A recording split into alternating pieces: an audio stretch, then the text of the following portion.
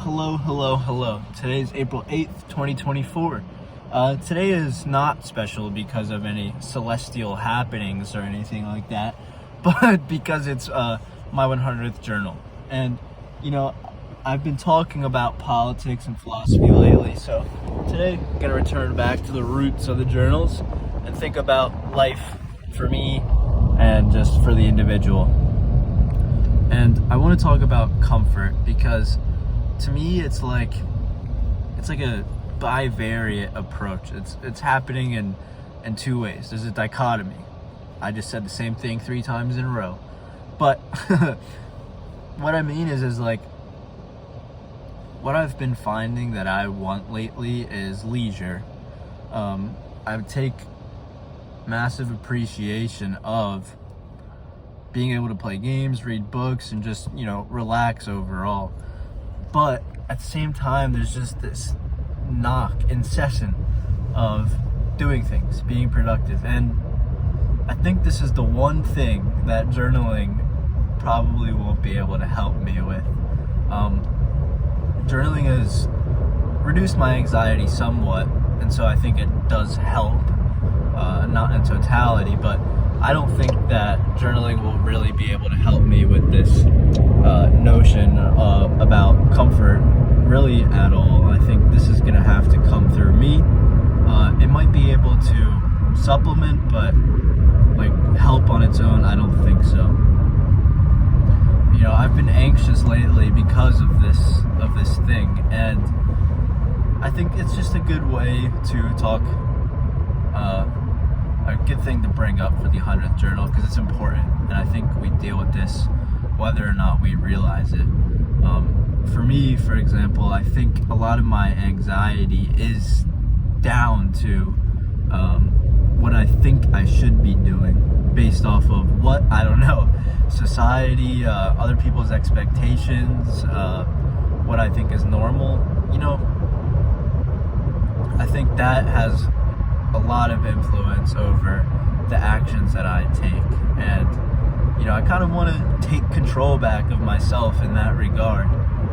And I don't know, maybe you feel that way, and so that's why I'm bringing it up.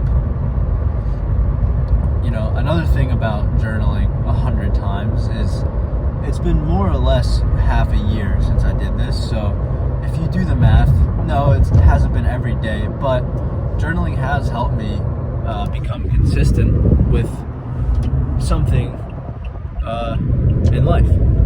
And in that vein, with that relationship to comfort or lack thereof, I think it's a good thing. It's a good thing to become consistent in one way or another, if not for just your own mental sanity rather than any sort of material success, if you want to put it that way. I don't know. I've definitely become more in touch with myself through journaling, which I find pretty cool. A lot of the times you deal with people that try to, and when I say try to, it might be intentional or even unintentional on someone else's part, but they try to bring out a side of you that doesn't really exist. And for me, that's partying and or going out, whatever you want to call it, frame it as. I just don't like it. And I think throughout the course of these 100 journals, I've been able to put my foot down and resist mostly people unintentionally trying to bring that side out of me. Because I don't really have anyone forcing me to go out or anything like that. But I can talk about comfort in another way, and I saved this point for the special ones that have made it this far. I guess it's been like 6 minutes, so congrats if you have a 6-minute attention span. That's quite hard to come by these days. But no, comfort in terms of your relationship with other people. I think, not to get too personal, but I think I've struggled with that in my romantic relationship, and you can get too comfortable, and that's sort of dealing with wanting leisure. You can get really comfortable that way and just make it a habit of doing nothing outside of your comfort zone. And the same applies for romantic relationships. And so in that way, I do want to take control over myself, but not in the ways that I want to, because sometimes what you want isn't the best. I don't know. Maybe I'm just gesturing and being vague too much here, but I don't know. I kind of wanted to get like a bird's eye view on life itself today with the 100th journal.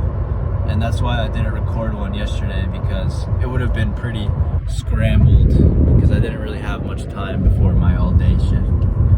So, yeah, pretty special in my opinion. I don't know if I should be proud of myself for doing 100 journals, but this is definitely the longest that I've done journaling. I've tried it 2 or 3 other times, 2 official times and 1 when I was younger, which I don't know if you really count that. It's sort of like counting a girlfriend or a boyfriend when you're in 4th grade, if you know what I mean. Comment down below if you count your boyfriends from 4th grade. I guess I can talk about the eclipse because that is important. And I got to see it. I have glasses here. And, I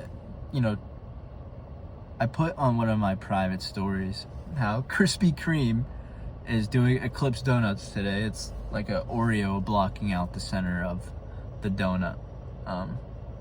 Pretty crafty, I'll admit, but like with the caption I said, make it fucking stop. Just because capitalism is so incessant on capitalizing on anything that goes on, and I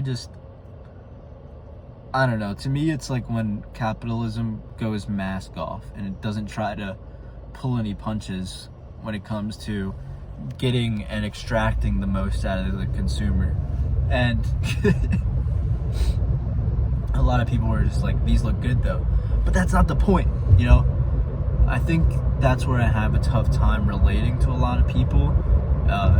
Call me a nerd or a geek in that way, but I don't know, I think I'm always intellectualizing, and maybe I should stop. Who knows? Let me know what you think about that. That's probably the more important thing than anything else in this video. But yeah, the eclipse does look pretty cool. I know a lot of Christians are using it as a way to sound the horn, quite literally, and say that God or Jesus is coming back. We'll have to see. I don't know. It's kind of just like, have we not progressed beyond... okay, guy. Have we not progressed beyond using things like that as a way to make claims about the world? You know, it's really just mythological storytelling, in my view. So that's another interesting aspect of the eclipse. Like, oh, it goes over 7 cities called Nineveh, and the last one happened 7 years ago. I don't know, it's almost a bit desperate, in my opinion. That might tick some people off, but that's another reason why I was a bit more or less turned off by the eclipse. I don't know, this one gained a lot more traction than what I remember from 7 years ago. Granted, I was much younger, but there's something about this one. I think people are a bit more desperate than they were 7 years ago as well. So yeah, it's a Monday, and it's my 100th journal. Pretty cool stuff. I went to class today, and I'm about to head to the gym, and then watch the national championship tonight for college basketball, that is. South Carolina beat Iowa yesterday in the women's one, so Caitlin Clark is officially a loser.